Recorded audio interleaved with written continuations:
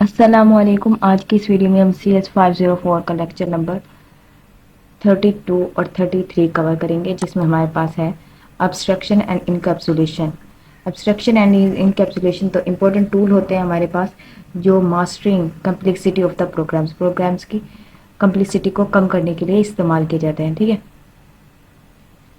ये मॉड्यूलरिटी होती है, जो हमारे जो प्रोग्राम होते हैं उसको साइज को क्या करती है, helps the reducing the size को क्या करती है, रिड्यूस करने में मदद देती है। फंक्शन मेकिंग मोर रीडेबल, और जो फंक्शन होता है उसको क्या बनाती है, मोर रीडेबल बनाती है। ठीक है, इसमें ये था कि हमारे पास जो एब्स्ट्रैक्शन होता है और इनकैप्सुलेशन दो इंपॉर्टेंट टूल होते हैं, जो हमारे कम्प्लेक्सिटी को प्रोग्राम की उसके क्या करते हैं,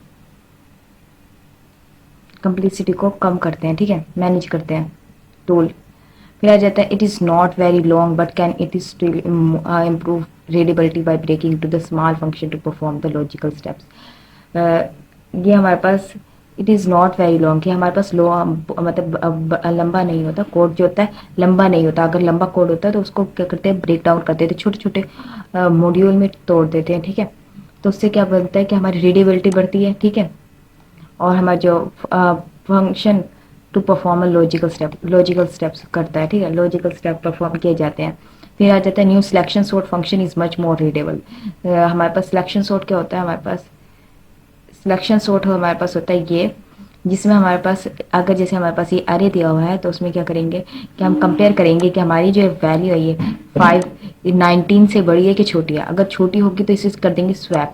ठीक है, इधर इस तरह जैसे क्या हुआ है, ये पहले 19 था, यहाँ पे 5 है, तो इसको कर दिया यहाँ पे हमने स्वैप, तो हमारे पास यहाँ पे 5 आ गया, यहाँ पे 19। इसी तरह ये चलती रहेगी और फिर हमारे पास एक सॉर्टेड अरे आ जाएगी। ठीक है, ये हमारे पास सॉर्टेड अरे, इसको कहते हैं सिलेक्शन सॉर्ट। ठीक है, फिर आ जाता है ये हमारे पास ज़्यादा मोर रीडेबल होती है। ठीक है, इसमें हमारे पास मिनिमम स्वैप होती हैं। ठीक है, और फिर आ जाता है product with now the two function, दो संग फंक्शन रखता है, मिनिमम एंड स्वैप। ठीक है, रीयूजिबिलिटी होती है, is one of the prime reason to make functions but is not only reason. Usability जो होती है हमारे पास one of the prime reason, एक बहुत बड़ी वजह होता है टू मेक अ फंक्शन बनाने के लिए, but it is not only the reason, लेकिन सिर्फ यही वजह नहीं है। मॉड्यूलरिटी हमारे पास यहाँ पे मॉड्यूलरिटी हम डेफिनेशन है हमारे पास, is equal is of equal to concern is equal concern and function should be broken into the smaller pieces even if these pieces are not used। Modularity हमारे पास होती है कि हमने एक बड़े कम्प्लेक्स कोड को उसमें छोटे छोटे मॉड्यूल में तोड़ दिया।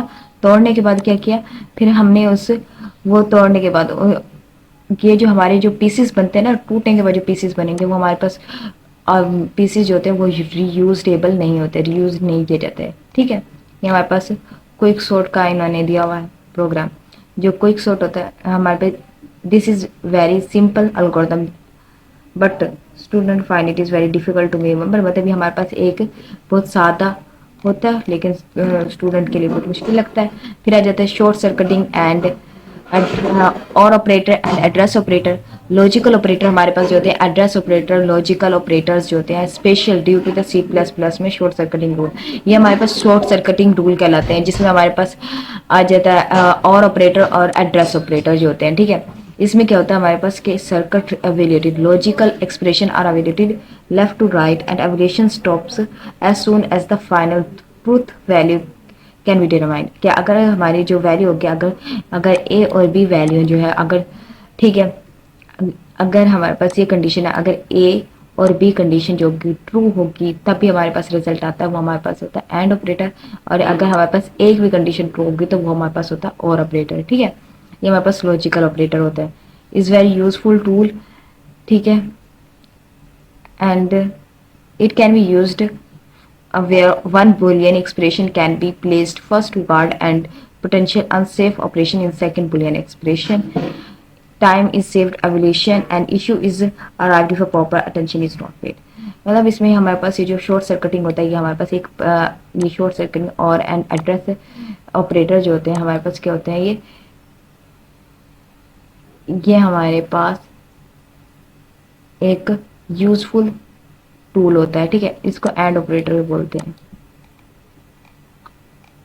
फिर ये हमारे पास एग्जांपल की दी हुई है। फिर operand, evolution, order and side effect. के साइड इफेक्ट क्या होता है हमारे पास, ऑपरेंड के साइड इफेक्ट में हमारे पास आता है कि functions have desired the returning का वैल्यू, जो हमारे वैल्यू क्या करते हैं, रिटर्न करते हैं। जो वेरिएबल होते हैं डिक्लेयर किए जाए आउटसाइड द फंक्शन, जो हमारे वेरिएबल होते हैं जो आउटसाइड द फंक्शन डिक्लेयर किए जाते हैं, बट इज एक्सेसिबिलिटी, मतलब इन्हें कोई भी इस्तेमाल कर सकता है, ये साइड इफेक्ट होता है। ठीक है, कोई भी फंक्शन जो होता है उनको इस्तेमाल कर सकता है, ये साइड इफेक्ट होते हैं। साइड इफेक्ट होता है, side effect are a major source of programming errors, जो हमारे पास किसकी वजह बनते हैं, साइड इफेक्ट हमारे पास एक प्रोग्रामिंग एरर्स की वजह बनते हैं, जो मेक थिंग्स डिफिकल्ट, जो हमारे पास क्या बनाते हैं, चीज़ों को डिफिकल्ट बनाते हैं ड्यूरिंग द मेंटेनेंस और डिबगिंग एक्टिविटीज। डिबगिंग या एरर को तलाश करते हुए हम क्या करते हैं, मेंटेनेंस एरर को तलाश करते हुए या फिर मेंटेनेंस करते हुए हमारे प्रोग्राम को क्या करते हैं, मुश्किल में डालते हैं। ये हमारे पास था ऑपरेंड का। ये हमारे पास F1 F2 जो होते हैं साइड इफेक्ट है। ठीक है, बोथ आर बोथ। ठीक है, ये हमारे पास F1 और F2 जो साइड इफेक्ट है।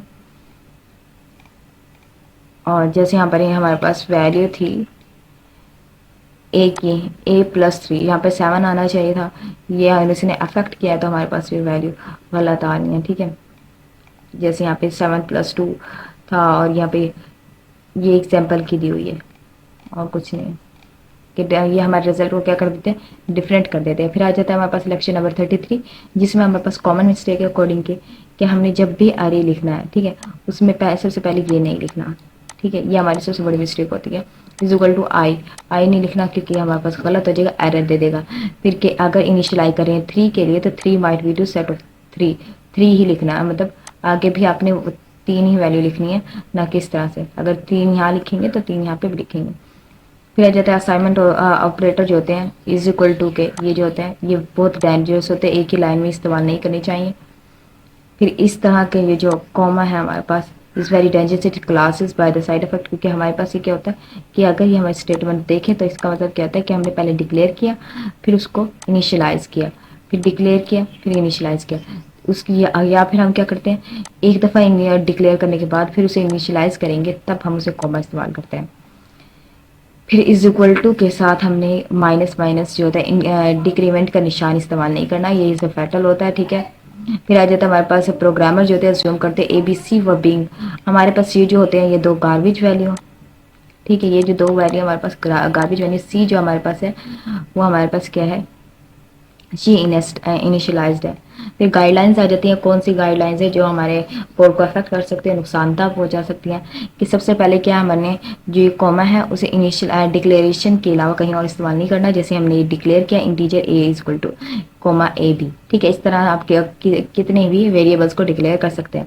If you initialise the variable at a time, मतलब एक ही लाइन में आपने क्या करना है, या इस तरह से ना डिक्लेयर नहीं करनी, इस तरह ये जो लिखा हुआ है इस तरह से आपने डिक्लेयर नहीं करनी, बल्कि अलग अलग लाइन पे इनिशियलाइज और डिक्लेरेशन करनी है। ठीक है, डिक्लेयर कर सकते हैं, इनिशियलाइज नहीं करें एक ही लाइन पे तो वो गलत हो जाएगा। ठीक है, जैसे यहाँ पे इनिशियलाइज भी किया हुआ है साथ, यहाँ पे सिर्फ डिक्लेयर किया हुआ है, यहाँ पे इनिशियलाइज भी साथ किया हुआ है, तो ये हमारे पास गलत आ जाएगा। नेवर मल्टीपल असाइनमेंट ऑपरेटर जो होता है हमारे पास, never multiple assignment operator integer A integer B integer C।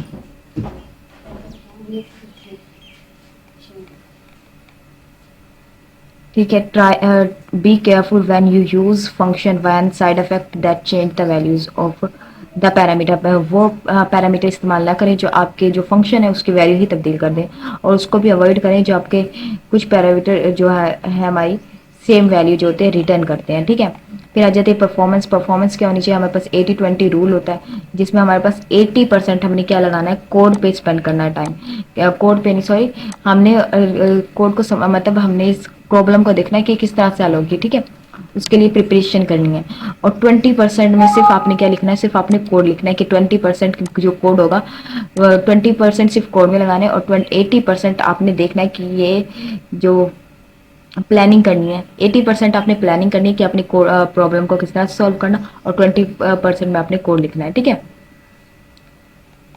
ये हमारे पास एक एग्जांपल है, इसमें आ जाता है ये जैसे हमारे पास बड़ी एग्जांपल है। ठीक है, इसको इसने क्या किया, दोबारा से यूज अ बेटर एल्गोरिथम, ताकि बेहतर algorithm rewrite the whole set, मतलब इसको दोबारा से रीराइट करेंगे क्योंकि ये बहुत बड़ा है, तो इसके लिए दोबारा से इसे समझेंगे और समझने के बाद इसे क्या करेंगे, मॉड्यूल में तो कर देंगे। ठीक है, फिर हमारे पास कहता है it was found out the much faster 99.8% जो होते हैं that time was spent in the STRS। जो हमारे पास STRS था यहाँ पे, इस पे क्या होता है 90% जो टाइम है वो स्पेंड हो रहा है। ठीक है, अब इसने क्या किया कि ना हमारे पास MEMCM जो ये ज़्यादा कम्प्लेक्स है देन STR के मुकाबले में, तो इन्होंने MEMCMP इसको रखा है। ठीक है, जो ज़्यादा कम्प्लेक्स है उनको रखा है ताकि हमारा जो टाइम है वो सेव रहे। और ये हमारे पास आ जाता है the loops clear field before each new input is read. जो हमारे पास लूप होती हैं clear before each new input is read, मतलब पहले एक मुकम्मल करने के बाद दोबारा चलाई जाती हैं। ठीक है, फील्ड को मुकम्मल करती हैं। फिर आ जाता है हमारे पास, ये हमारे पास ऑब्जर्व करते हैं taking the 50% of the total time. जो लूप्स होती हैं हमारे पास 50% टोटल टाइम लेती हैं, और जो हमारे पास मैक्सिमम फील्ड जो होती है 200 फील्ड एक्चुअल फील्ड होती हैं, और क्लियर करती हैं ये हमारे पास need to be cleared word 2 और 3 इन मोस्ट केसेस, 2 से 3 केसेस को क्लियर कर देती हैं। ठीक है, this reduce the overall execution time by half. मतलब लूप्स के इस्तेमाल से आपका क्या होगा कि ना टाइम जो होगा वो बचेगा, आपका टाइम जो होगा हाफ हो जाएगा। ठीक है, क्योंकि ये आइट्रेशन इस्तेमाल कर रही है, तो मतलब अगर यहाँ पे j इज इक्वल टू आई है, ठीक है, आई की अगर वैल्यू हमारे पास समथिंग 5 आ जाती है, ठीक है, तो 5 अगर हम 5 आ जाती है तो फिर 5 आगे 5 जो होगी हमारे पास वो किसके पास चली जाएगी, जे के पास, क्योंकि जे और जे इज इक्वल टू आई एक ही वैल्यू है ना, ये हमारे पास एक ही है ना, तो क्या होगा,